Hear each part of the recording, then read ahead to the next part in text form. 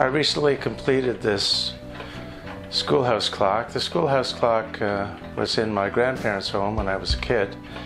I always wondered where the clock was and finally had a chance to locate it this past summer. And my cousin Bob gave the clock to me.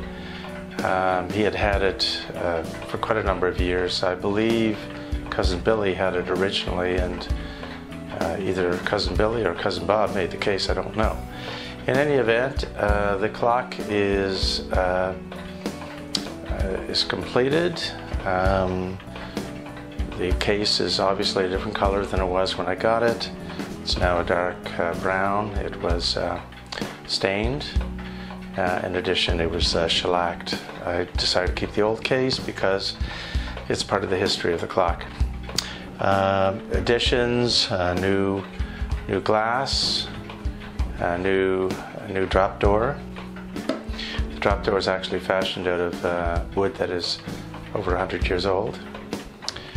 And otherwise, new hands, new hinge. I managed to separate the inside bezel from the outside bezel. And there's a little clip right here. Now what I'll do is I think the sound is very, very pleasant, and the clock has been running actually for about a month now, and I'm very pleased with the result. This is what the clock looked like when I originally got it.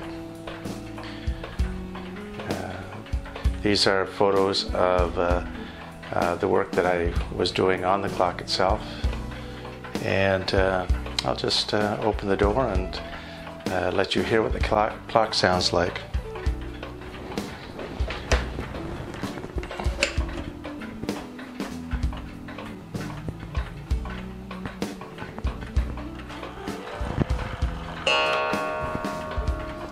That's the half hour.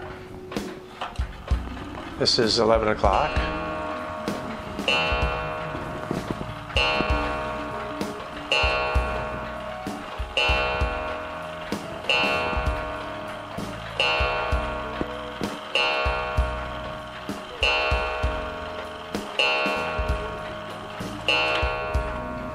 And of course it will continue to strike on every hour after that, and of course on the half hour. I enjoyed doing the project. The movement was typical time and strike movement with the typical helper springs and levers, and I've done dozens and dozens of these kinds of movements. So it wasn't really all that much of a challenge getting it going, but it was completely taken apart and cleaned in the ultrasonic cleaner. And at the end of the day, very happy with the project.